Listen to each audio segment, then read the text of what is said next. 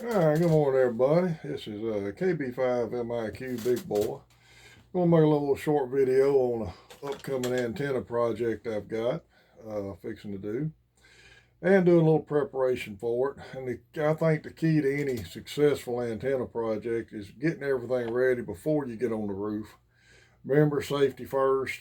Be careful. This stuff, especially if you're my age and boomer age, you don't need to make a fall.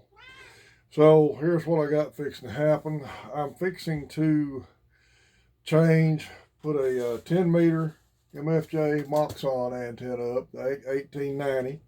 I hadn't opened it up yet. I don't want to take it out of the box till I'm ready to put it together because I don't want to take a chance of missing any hardware. So that's one thing that's fixing to be put up on a 50-foot push-up pole. And I'm not going to put a rotator on it. I'm going to just orientate it east and west. 10 meter band's open good. You can work stations off the back of it, and I mainly try to work east and west contacts anyway for some reason. I've worked down south, and I may later upgrade to a rotator, but I've had rotators on push-up poles before. It's a lot of weight on a push-up pole, and there comes the ham radio cat. All right, a lot of weight on them, and usually I've lost a couple of them doing that, so I'm keeping my weight to a minimum this time.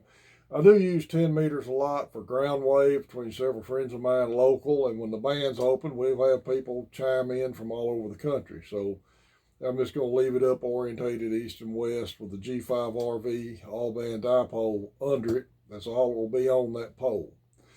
Now, one thing I'm going to change, and it'll give you an idea how old my guy ropes are. When I bought this 897D, I bought it from AES. Now, how long has AES been out of business? I bought this thing back, I think, in '06 or '07. And I bought the Dacron, black Dacron antenna guy rope. Hey, buddy, watch out now. And it's been up that long. So it's time to change it. I looked around on Amazon, picked up a roll, 500-foot roll of Dacron, black Dacron polyester. It's got good UV rating on it. And I'm going to redo all my guy ropes at the same time using this right here.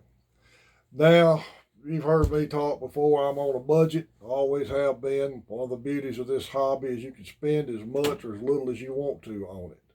So now you're going to get in trouble. Get down. Get down. You don't want to mess with my wires. All right.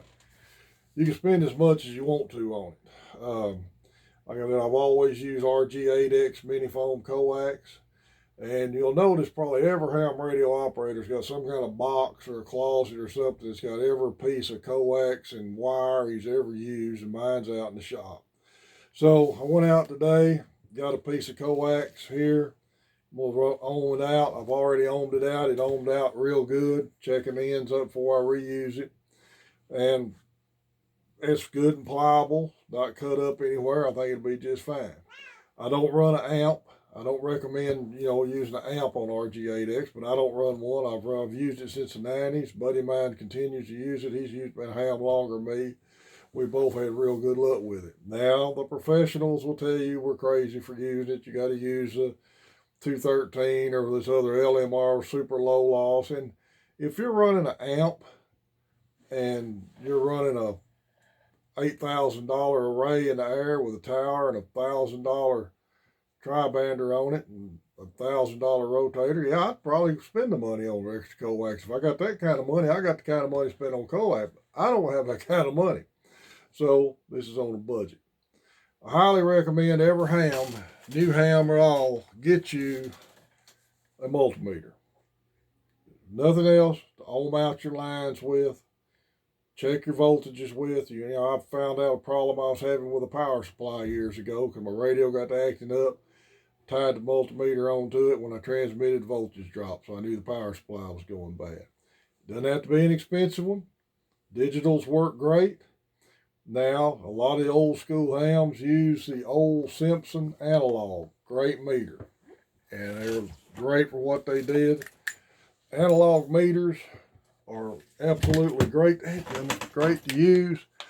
But an analog meter has to be sitting on a bench. You can't hold it in your hand at any kind of angle to get an accurate reading out of it. So digitals you can.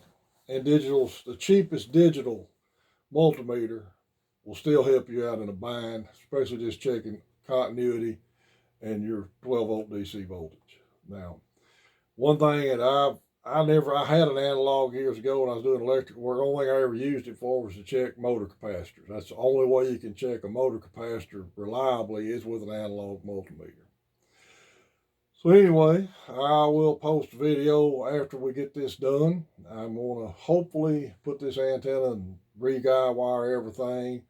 I'm moving my VHF UHF array to a smaller pole, a little shorter.